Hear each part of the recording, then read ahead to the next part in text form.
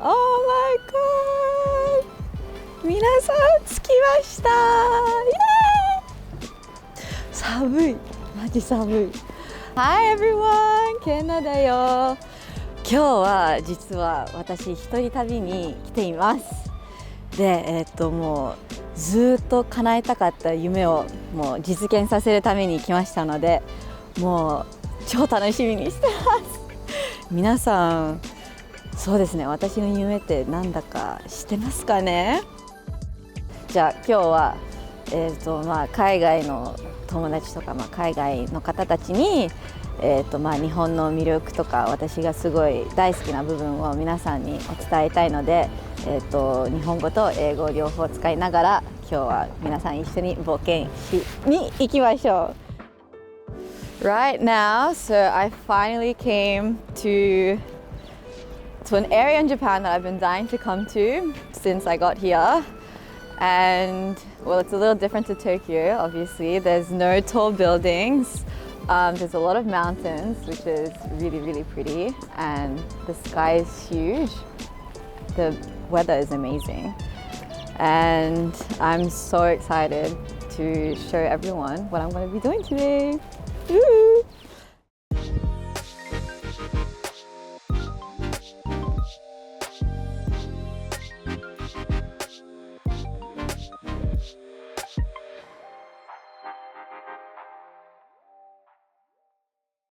今日は朝5時に起きました。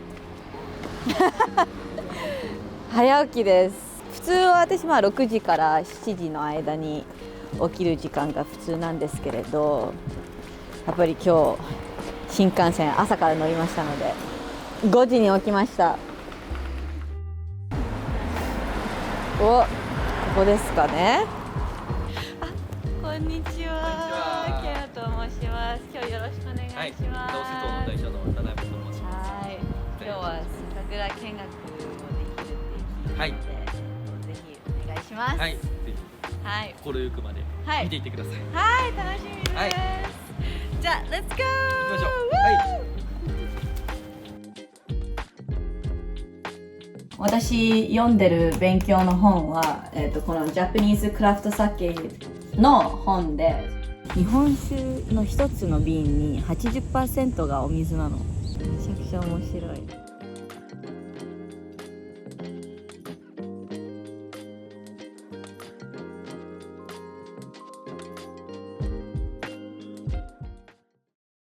結構やっぱクラウドにも全然見た目とかも違うので、はい、いやもうめちゃくちゃ楽しい。うちは割と古い方っていうことだけあ、そうなんですか。雰囲気が味がありますね。はい、最初に今からお酒の仕込みが始まるので、お米を蒸し上がったお米を、掘るところから、やっていただこうかなと、思います。こっちから回っていただいて、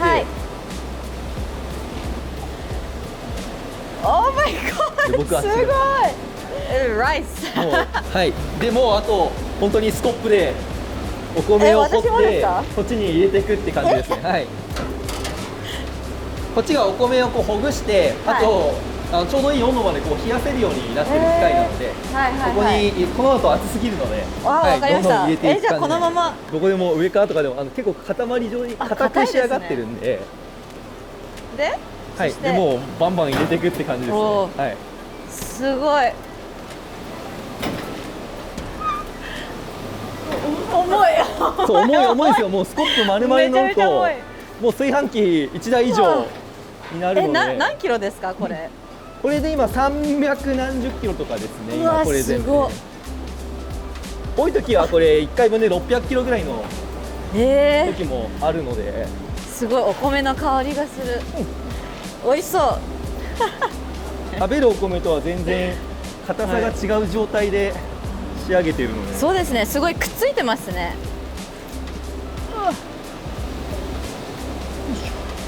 いい匂いする。もうお米の甘さの匂いが。いろんな工程に使うお米蒸すので、多い時は本当に1トン近く蒸して、やるので、なかなかの重労働ですね。これは多分10分15分ぐらいで、あと流しながらいくの、だんだんここは減ってって、どんどん追加していくっていう感じになる。回してもらっても大丈夫です。はい。聞こえるから。So this is like 300 kilos of rice, and it takes two people like 10 to 15 minutes, and then they finish manually putting the rice into the machine for it to like break up finally before it gets distilled. It's so heavy. 私と全然違う。見て、この違さ。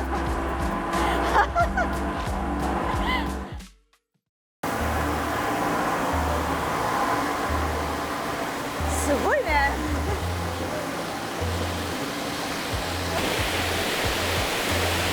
こんな感じで今。うわあっちで掘ったお米が今、エアシューターで。エアシューターで。はい。で、ホースが通ってきて今これバーって入ってきてるので。それは今細かくした状態でここで。そうですそうです。でちょっと温度も冷ました状態でやってるとか。大体溜まってきたら、全体にこうやってなじませていく感じです。すごい。So the rice that we just put into the machine that makes it smaller, they're traveling it down an air chute. And in this air chute, because the rice isn't too hot, it goes into this huge bucket. And then right now they're making sure that it all melts, or like not melts, but it all doesn't stick together. So this is another manual part of the sake making process. Oh.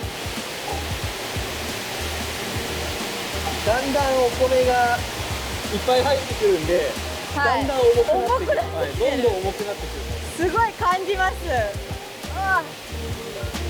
腰痛い。痛い。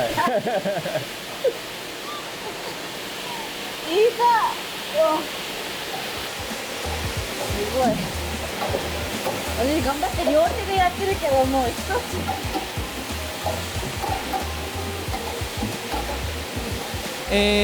完成が10の量だとしたら、1回目は1の量だけ仕込んで、で今回が、3足して4にしてるイメージです。で明日6足して10にするっていう感じで、だんだんこう倍々で増やしていく。So they have a 3-step process in pasteurizing and distilling for the Japanese sake, or like for the rice. So right now this is the first stage, or like this is the first batch, and then tomorrow they'll do another batch using the same process, and then it becomes into something like this. And then so on top of this, tomorrow they'll do the same routine, same practice, same technique, and then and again once more. So they do it 3 times using a 3-step process, which is really hard, and my arms hurt so much and my back. I don't think I need to go to the gym anymore. I'm so tired already. 今日でもまだいい方ですね。あ、そうですか。たまにやっぱもっと水気ない時とかもあるんで。じゃあこれは楽な。これはまだ楽な方。すごい。一旦これで仕込み自体は、一旦一段落っていうところなので、わかりました。これは、もう全部終わって、これは昨日この3段階目が終わったところです。でだんだんあっちに行くごとにもっと前から仕込んでるやつはね、もうこれだとだいぶもう米の粒感がなくなって、液体感っていうかね。こっちはもうそのブクブクしてるのを全部発酵してる感じです。こっちはこれが先月の30日に3段階目終わったんで、今まだ1週間ちょっとぐらいですかね。段階あるのは知ってただけど、実際イメージ的にどうなってるかは全然知らなくて、イメージも想像もできなかったので、もう本当に見れて超嬉しいです。Like in order to maintain the perfect temperature in making sake, it's really hard. So the amazing thing about this place is that everything here is made of stone. So this enables for the heat to not really get in during the summer, but because it's the winter time, which is like the season of making sake,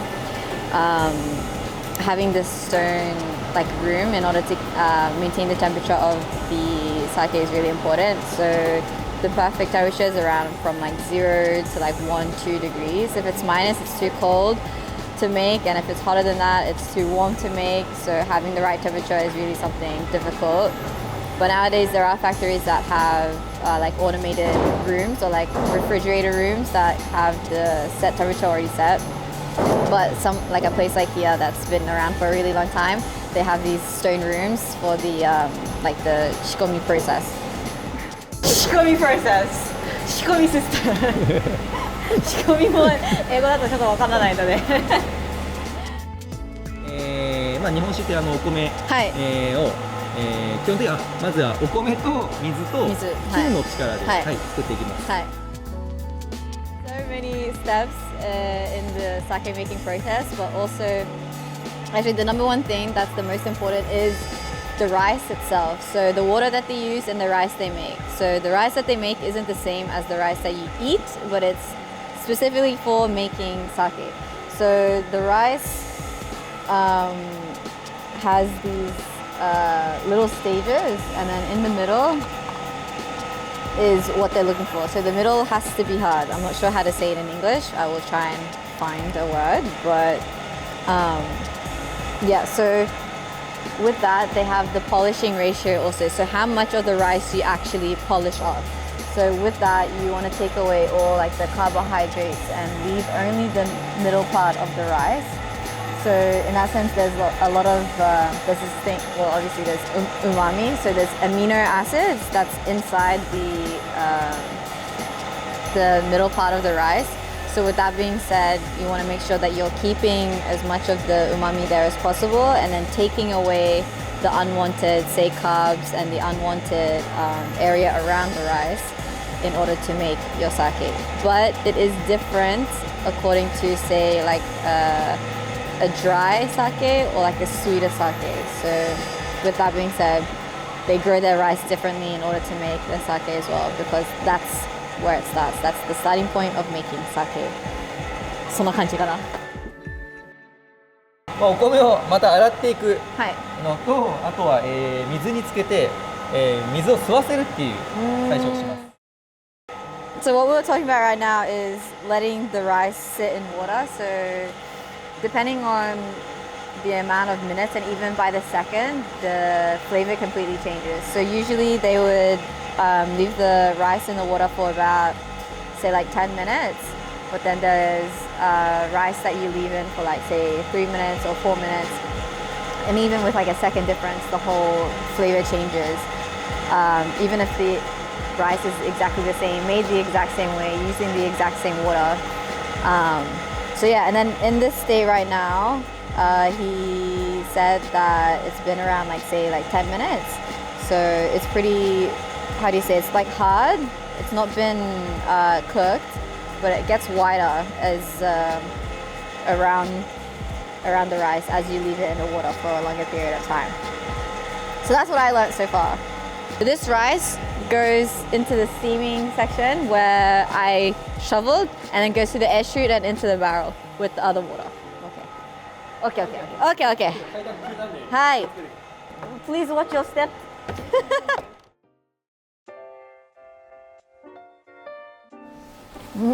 あ、サウナ。よし。Oh, it smells so good. It smells so good.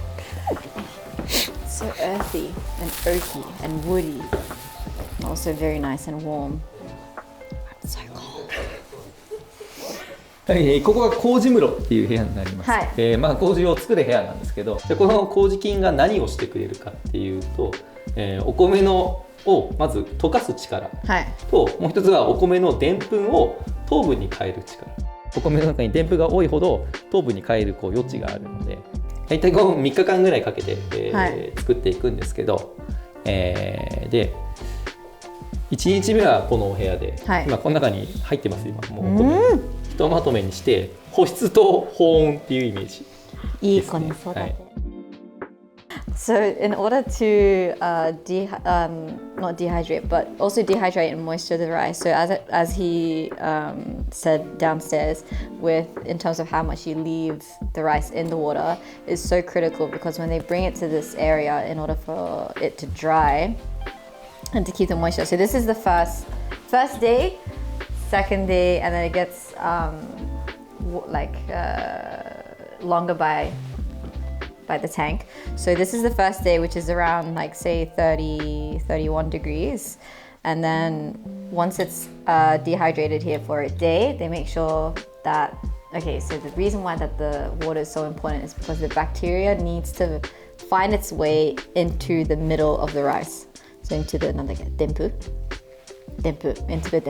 is the most important. So in terms of dehydrating the rice, if it's too hydrated, then there's no bacteria that can actually come out and live and find its way into the middle. So when we dry it out more, like say the second day, so the hotter the tanks are after they take it out the first day, then the more dry the rice becomes. And then so once the rice is dry, then the bacteria needs to find its way into the middle of the rice in order to get more nutrients. So that's why it's super important.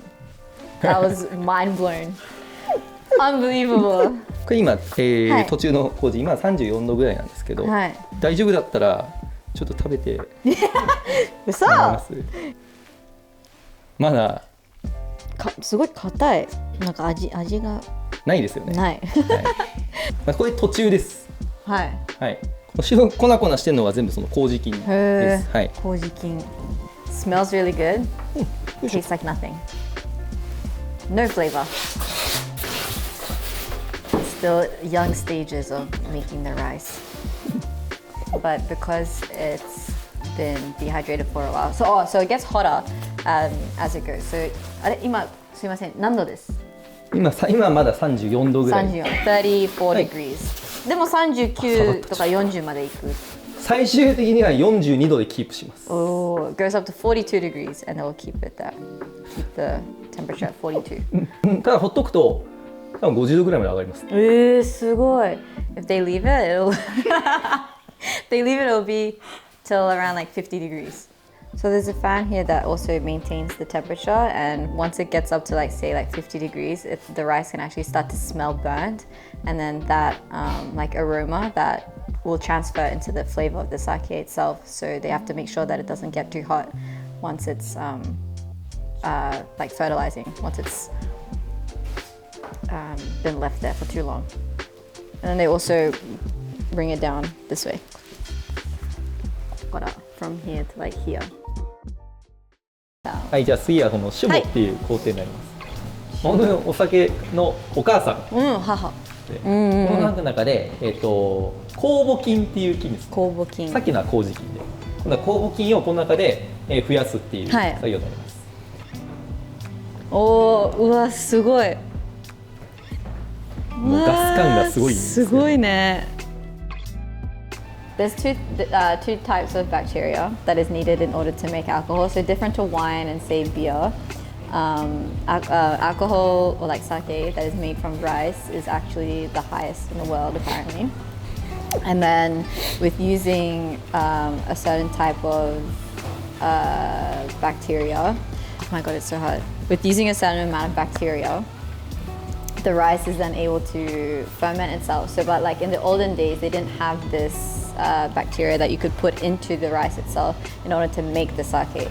So that's why they had different types of, say, barrels. And the reason why this is so small here is so that the bacteria itself can grow and can nurture themselves and can stick together before they move into, say, like a bigger barrel. So like a family, a little family where they're all there helping each other out, making sure that there's no other unwanted bacteria, and then they move to a bigger barrel, and then they move houses. They move houses, and then everyone lives happily ever after. So ever since I was a kid, I've always had such a, not passion, but like an interest in Japanese sake. Maybe it is because like I'm also half Japanese, but having alcohol that's made from rice itself was something so different, and I've never heard about it before. Like you hear about wine and say like spirits that are made from potatoes, but not necessarily rice. And there's so much depth and flavor in different types of sake. Like the range is so big. So I've always had such a strong eye for it, and learning about how it's been made, I have nothing but the utmost respect for this industry. It's honestly a lot of hard work, and it's amazing, spectacular. Everyone, watch your step. Watch your step. まあここですね。はい。戻ってきます。はい。これ big house migration。こっち？これ今脂肪を下ろして、そこに水と今さっきの麹落としたやつが混ざった状態の。でこれは明日、さっきみたいに蒸したお米が入ってきて、1回目の仕込みが始まるっていう状態です。もうやばい。超幸せ。みんな知ってますね。だから私が酒蔵行ったことないっていうことがすごいびっくりしてる。でみんなも一緒に行きましょうって言ってくれてるのですごい嬉しい。マジでよかった。もう生きてきてよかった。本当に。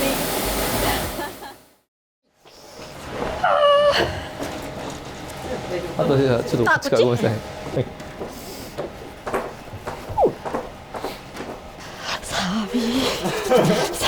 寒いんですよ。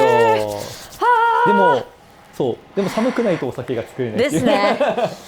もうこれはもう頼るしかない。あとここでちょっとあの辺で木酒してもらえばいいかなと。お酒は今並んでます。すごいね。でもめちゃめちゃかっこいい。これはちょっと今年辰年なんでだと思いました。はい。うちのもともとある量。Okay, so I'm going to drink, well, not including this one because it has color, but I'm going to drink these three different types of sake, and then I'll pick the one that I like most, and then I'll do a blind tasting and see if I can pick up the one that I like most. Let's hope.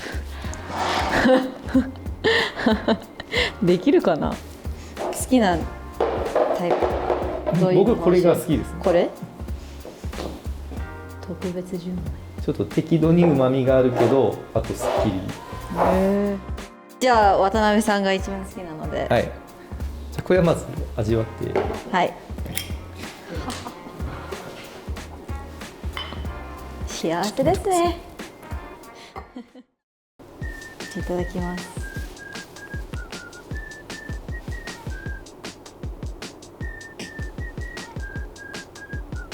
あ、美味しい。美味しい。切りがいいですね。本当に美味しい。It's dry, but 切りってなんて言うの？ちょっと。Oh, there's light or like sweet aromas that you can taste, but there's a sense of dryness, and as soon as you swallow, you can feel it a little bit in your throat. But it's not too sweet, which is what I like. そんな感じかな。ついだのをあと入れ替えてですね。ああ。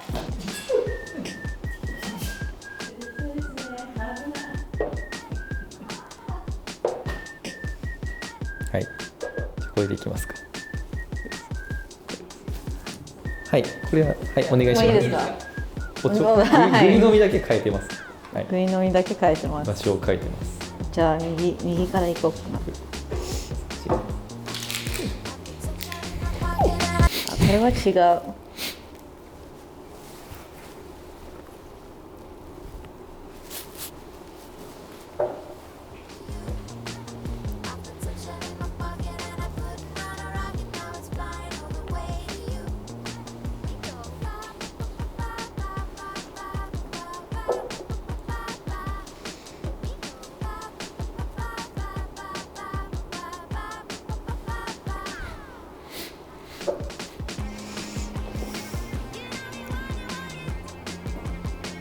わ難しい。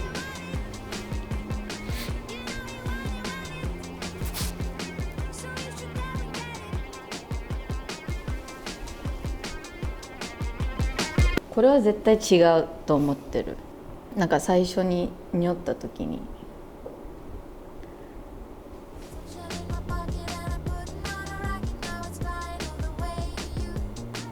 やでも香りが全部似てきた。鼻だんだん慣れてきちゃうともう全部同じになってきちゃうんで、足りなかったらついでもらっても少なくなってくると香りしなくなって全部飲み干して飲み干して決めるみたいな。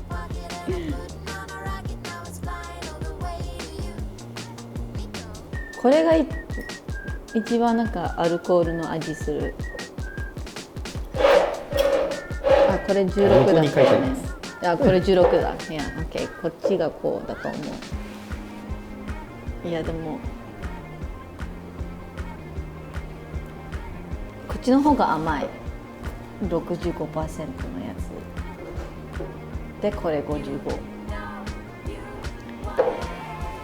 もうそうしないと全部飲んじゃうから。じゃあこれで大正解。すごいびっくりした。嘘でしょ。いや最初こうなってたんですよね。でこれを最初に飲んでこれは絶対違うって言ってたからと思ったけどやばいなって思ってたんですけど、これは絶対違うと思ってる。でやっぱりこっちのがおっしゃる通り 65% なんで少し濃純な味に仕上げてるんですよ。素晴らしい。すごいですね。びっくりした。それ僕たちやりたくないです。なんで蔵の人なのに間違ってるのって言われるからやりたくないんですよ。すごいですね。これは驚いた。本当にびっくりした。やったー。So I got everything right. I was so nervous at one point because like I've been saying that I like sake so much, but I was able to make the right decision and I got all of them right, so I'm super happy. The fact that I was able to look at the labels though really helped me a lot in terms of like alcohol percentage and semi is rice polishing ratio. So with that being said, I made the right decision. いやーめちゃめちゃ楽しいです。本当に日本の伝統文化の勉強にもなったし、美味しい日本酒も飲めたし、本当に幸せすぎて心が爆発しそうです。お邪魔します。こっちが販売してる。はい。で、こっちはちょっと昔の道具とか。すごい。あ、私がやったやつ。これ私だ。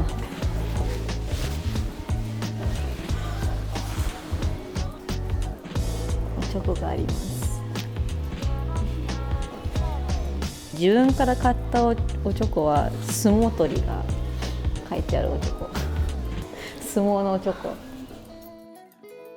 今日は本当にありがとうございました。はい、本当に勉強になりましたので、とても楽しかったです。はい、ありがとうございます。お酒ね、本当に好きだなっていうのが伝わってきたので、あ、よかった。実際にやっぱ体験していただくと、はい、またね、ちょっと違った見え方とか、はい、あとは多分お酒飲むときに思い出すと思うんですよね。はい、それが味にやっぱプラスされるっていうのは必ずあると思うので、はい、今度もより美味しく日本酒をね、飲んでいただけるかなと思うので、でまたこれをね見た方々に本当に良さが伝わればいいなと思いますので、ありがとうございます。はい、ありがとうございました。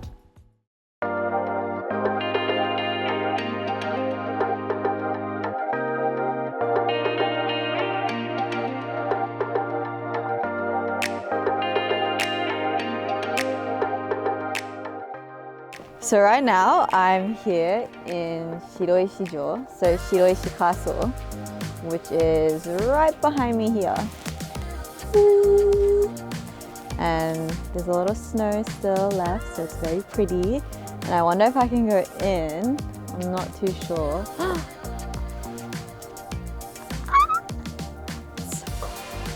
So cool. I think this is my second castle that I'm going to in Japan. So I went to one other castle in Nagoya, but it's my first time in this area, so I'm super excited. And I can't wait! こんにちは。こんにちは。はじめまして、ケイナと申します。片倉小十郎花月がでございます。よろしくお願いします。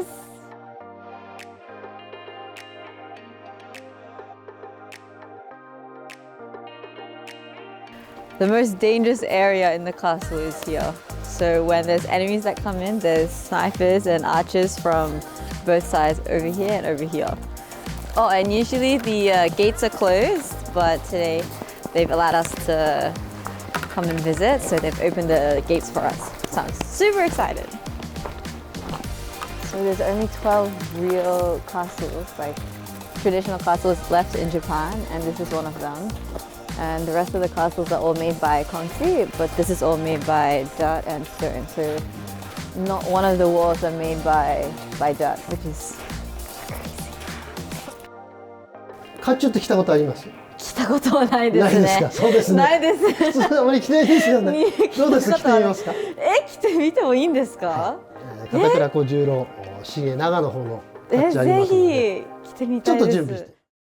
これがすね当てって言います。すね当て。はい。でこのもう文字通りすねの部分、この部分を守る武具、鎧ですね、甲冑。はい。で日本でもこの体験って結構珍しくって、はいはい、お城の中でやってるとこってほぼないんですよ。多分これ白石城だけ。すごい。はい、でこれくらい本格的な甲冑用意してるのも、はい、おそらく他のお城でもなかなか珍しい体験なんですよね。まだ大丈夫です。まだ余裕。これでも自分で着るんですか？なんで自分ではこれくらいのお殿様くらいだと、はい、僕みたいな足軽だったりとか、はい、家来だったりとか、はい、奥さんとか。奥さん。はい。すみません、ちょっと。はい。で、ちょっと手をこっちに。はい。手、はい、ありがとうございます。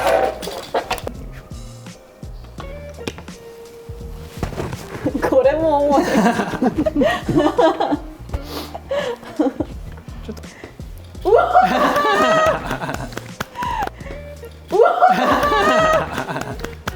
っこいい。いや、お似合いでございます。素晴らしい。ありがとうございます。うわ、これ毎日着たい。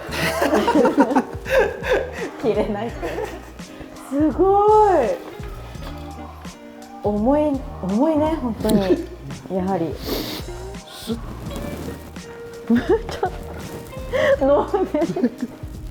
相手が突っ込んできたらこのグサ。はい、ポーズ。危ないですね。危ないです。人差し指のこの脇でスーッと引いてカチャってなったらスーッと入れます。で半分ぐらいしたら立てます。ああ。できた。ありがとうございます。もう侍になりました。侍系。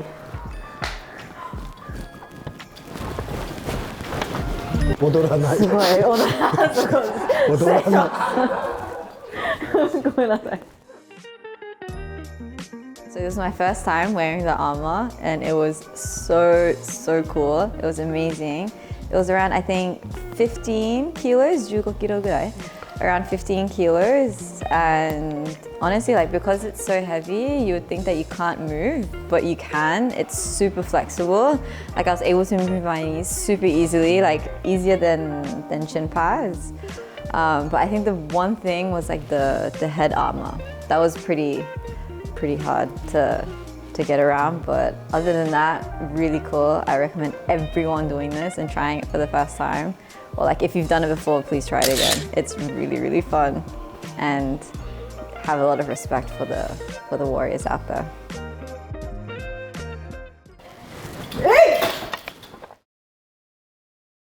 いやー、キワとニキは本当に嫉妬してると思う。マジで。私お兄ちゃんと弟がいるんですけれど、もう本当にもう男の男2人が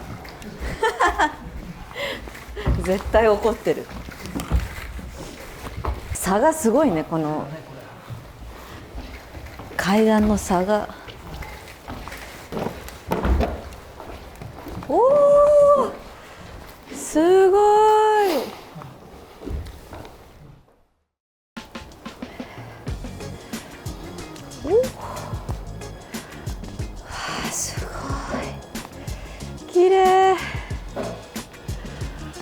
東京はまあもちろんビルだらけで、あとドバイも。オーストラリアはまあ田舎の方とかにも行ったらまあこういう感じだと思いますけれど、やっぱりこういうなんていうの、情がない、すごい過疎がないからこういう景色はなかなか見られないと思いますね。本当に綺麗。なんか日本ともうこの屋根の作り方とかも全部やっぱりお城ですって感じますね。綺麗。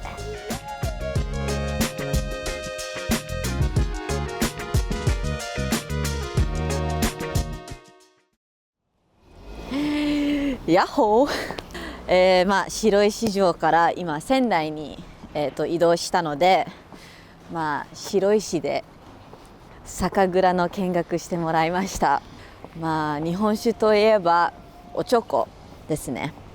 And after learning about the beauties of Japanese sake, I decided that I wanted to make my own ochoko, which is a Japanese sake cup that you drink from. And the copper is very famous here in Sendai, so I thought that I would try and make my own. So let's go! 行きましょう。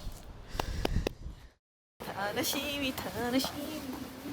Myおちょこ、Myおちょこ。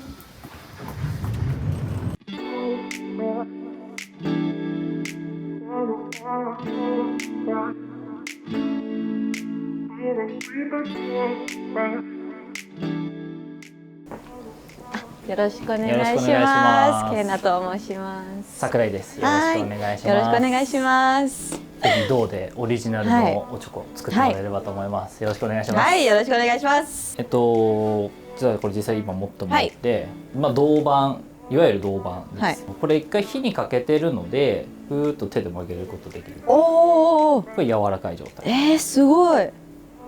結構柔らかい。結構柔らかい。思ってた以上に思ってた以上すごい柔らかい。はい。で叩く台はこれになります。真ん中から外に向かって叩いてもらって、外から真ん中に向かって叩く。あ、そうですそうです。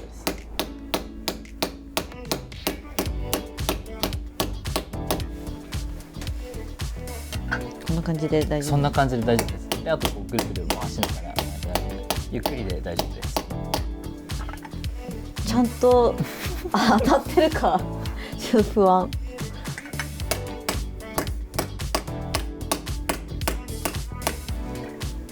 楽しい。なんか集中してなんか気分転換にすごい。皆さんストレス発散とか。ねえ、わかります。あ、いいですね。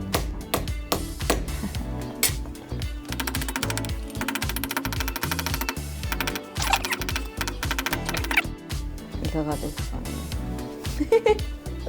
はい。ここで最初に実はこう曲げてもらったじゃないですか。はい、あれがどれぐらい変わったのかっていうのをもう一回確認してもらいたいんですよ。わかんない。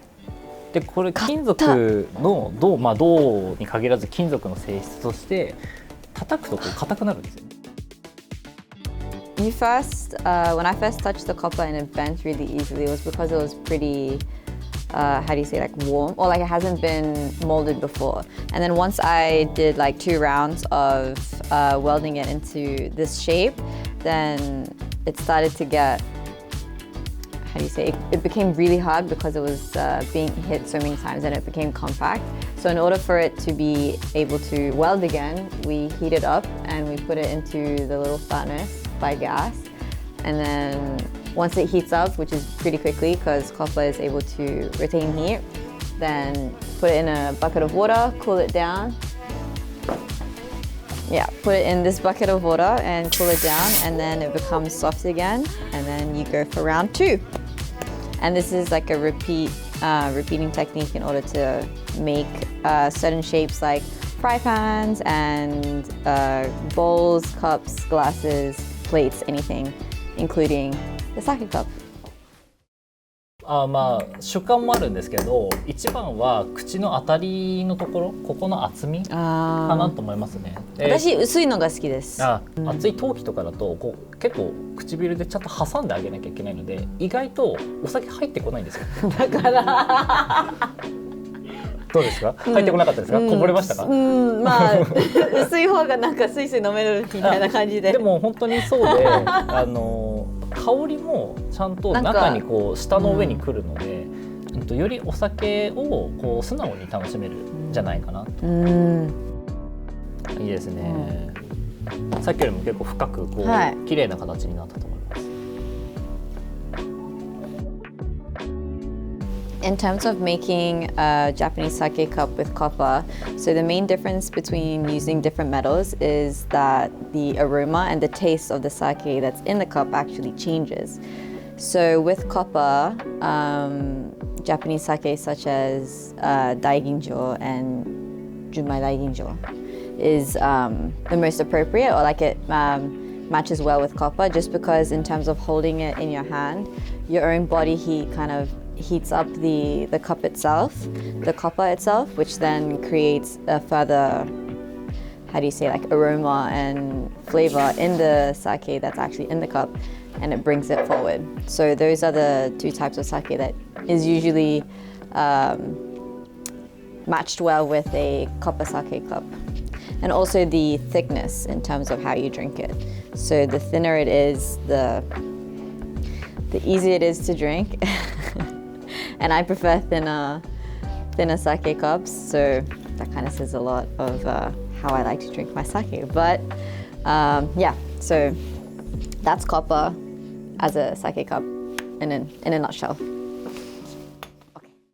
Okay. いや、ちょっとなんかここ疲れてきて。疲れてます。なんかテニスやってて、テニスの筋肉痛だと一緒のここの部分が痛くなったりとかしてて、その感じが今なんか懐かしいなと思いました。そうですね。近いですね。大丈夫ですか？大丈夫。慣れてます。多分もう完成に近い形。OK です。もうだいぶ深いですね。はい。レベル1、2、3。だからちょっとこれよりもこれと同じなんですけど、少し大きい台があるので、おお、すごい。まあお鍋とか、フライパンとかを作るときはこういうちょっと大きいのを使います。で、ちょっとこう隙間があるとこういう当たってない音みたいなとかしちゃうんで、跳ねないように。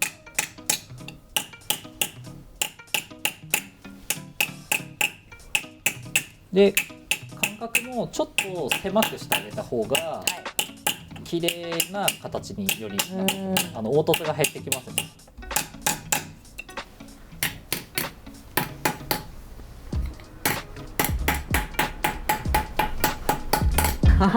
バレた。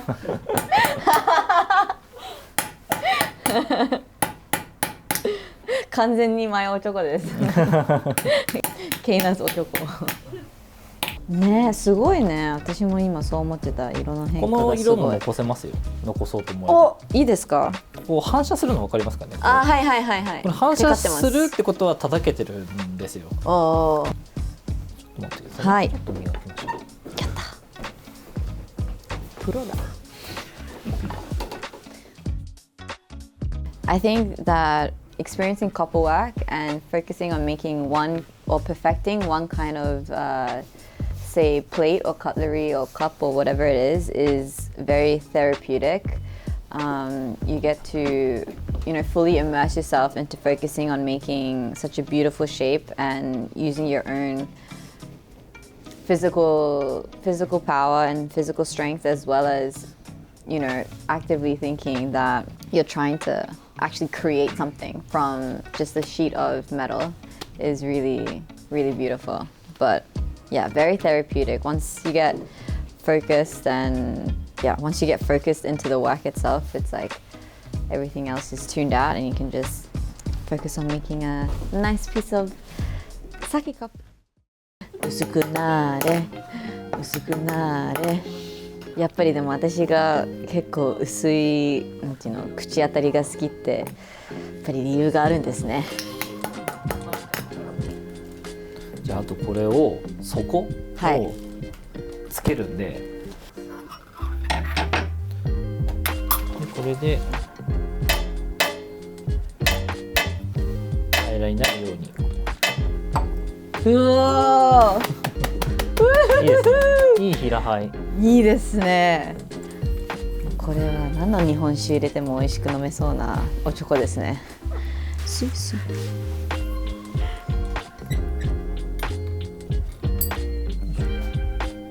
この今入れたのがこれは何入れました？あ、これ鈴です。あ、この銀色の。So he just put in 10.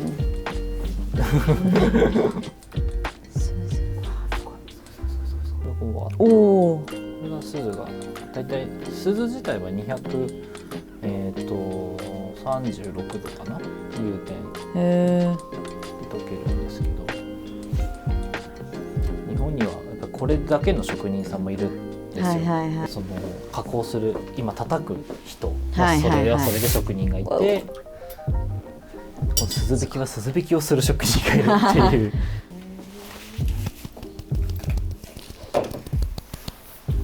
毎日飲みます。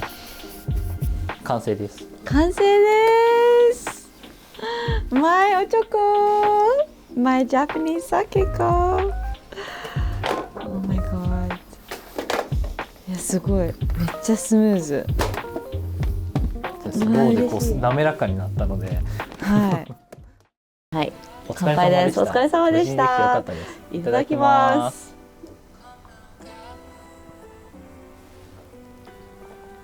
あ、美味しいです。美味しいですよね。でこの口当たりがすごい。